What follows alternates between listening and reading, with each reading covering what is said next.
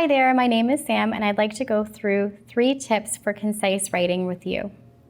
So when we're thinking about conciseness, it means we want to choose the best words to communicate your ideas. Choosing your words carefully will improve readability. The more your professor can read and understand your assignment, the easier it will be for them to know that you understand the material. So making your writing concise and readable is really important to doing the best that you can. So tip number 1 is avoid unnecessary repetitive wording. So you want to avoid using the same words unnecessarily, duplicating sentences and words that communicate the same idea, and common phrases that add unnecessary wordiness. If we look at this chart, there are some examples here. On the left-hand side, you can see redundant wording, and on the right-hand side, you could see a possible solution. So the redundant wording in one case is due to the fact. When you often have due to the fact, you're adding unnecessary words, or because of the fact. You can just say because. If someone says words that are redundant, like added bonus, you don't need to have added and bonus. You could just have the word bonus. A further example is collaborated together, because the nature of the word collaborated is that you are working together. You don't need to have the word together. You can just use collaborated. If you're using an expression like each and every time, but you don't need to do that because you can just say every. So to get rid of redundant words, extra words that you don't need to have is the key. The last one here with the words strong, powerful leader, the words strong, powerful are very similar.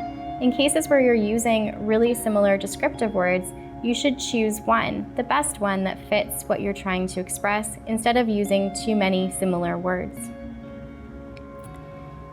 When you're thinking about avoiding wordiness, you can see in this example, it could be useful to combine sentences.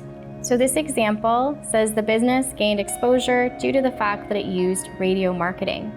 The business also used Google Ads. These are both complete sentences, but they are a bit wordy because you don't need to have the items that are in yellow there. You'll see you can combine the sentences, so you're not listing the business twice, and you can get rid of the expression due to the fact. So you can say something instead like, the business gained exposure by using radio marketing and Google Ads. So tip number 2 is to use the active voice. So when you use the passive construction, it often increases wordiness because there are extra words used. So you can be more concise, use fewer words if you use the active voice. So the active voice is where the subject is the person or thing that performs the verb. The passive voice is the subject receives the action of the verb. Sometimes the person or thing doing the action is not even listed. I can give you an example of this on the next page. So here you can see the passive voice. The book was checked out by the librarian. So here you have the book being checked out and the person doing the action is at the end of the sentence. On the other hand, the active voice, the librarian checked out the book. The person doing the action is at the beginning of the sentence. In the active voice, you're leaving out those extra words like was and by. You don't have to have those. So by not having those extra words, you're making it more concise. In some cases, it could be useful to use the passive voice if you don't want to put emphasis on who did the action. But most of the time, the active voice is more appropriate for your writing and will lead to more concise sentences. Tip number 3 is to stay on topic. So only include evidence and information that relates to your paper's claim.